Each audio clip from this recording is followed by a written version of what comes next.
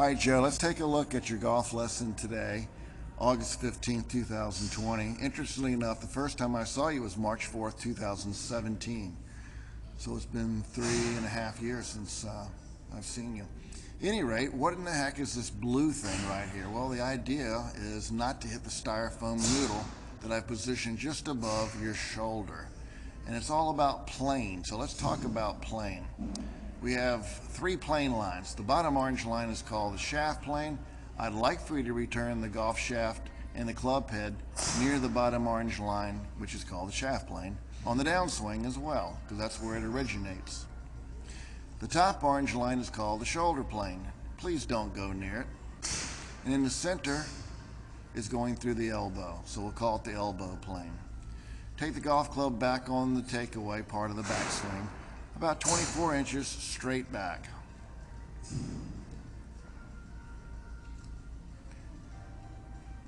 Now, what is this Medicus thing? It's got a little hinge joint, actually a double hinge, on the shaft. And if you don't take it back correctly, it's going to hinge not in the correct way we want. All right, let's continue on. And this is what perfection looks like on the takeaway part of the backswing. You can see the club head is right through the middle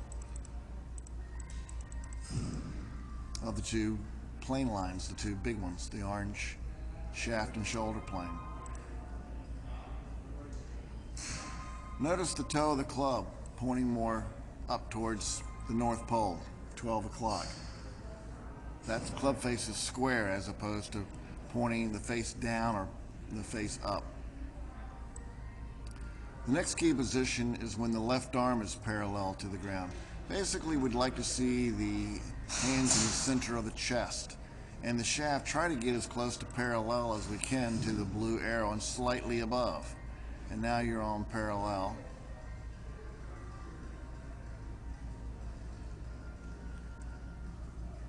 And that's the top of the swing. And you can see the toe of the club versus where we saw it before, which was facing up. I like this. And this is basically called a one-plane swing. So what is a one-plane swing?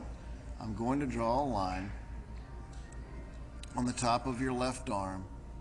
Okay. And you can see your shaft, while it's not perfectly parallel, it's pretty close. And I think that's fantastic. So that's what we worked on. Do you have any questions regarding this part of the takeaway and the backswing and the top? No. Any questions? So you said that that little noodle that was pointing towards your shoulder helped you get your left arm a little bit more across your chest. So you're not going to take a noodle out there. So what can you do? I'm glad you asked. Get one of those snowplow rods. Stick it in the ground to the right of your golf club, so you're not going to hit it. And then point it, not at your hands because that's too low, and not at your shoulder, that's too high, but basically at your right elbow. And the idea is you have to swing underneath it. Snowplow rod, it's about $2. All right, let's go see what you can do in action. We don't have the Medicus this time. There we go. And since you like the color green, we'll put green up there in the center. And here we go. Looking pretty good again. It's a little bit lower than last time, but certainly good enough. It's in our parameters. Okay, that looks good. And on to the top, left arm across the chest. So the left arm could be a little more across the chest at this time. It's fine, however. But I'd like to see your left arm a little bit more over here. Only because the golf shaft would be closer and the club head would be a little closer as well.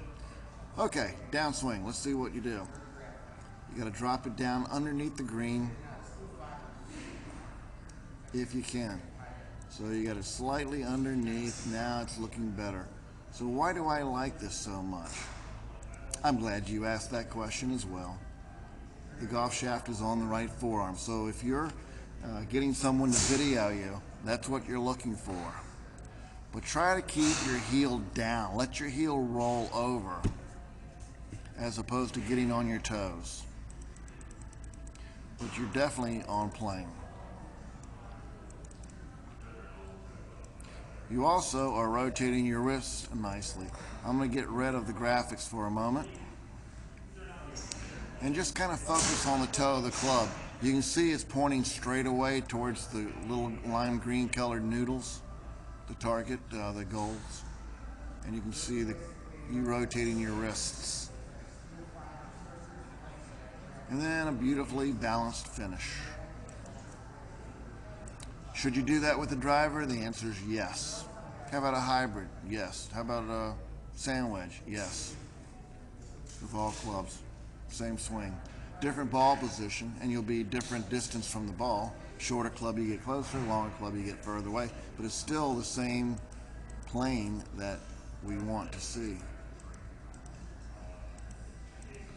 Okay? Cool. Any questions?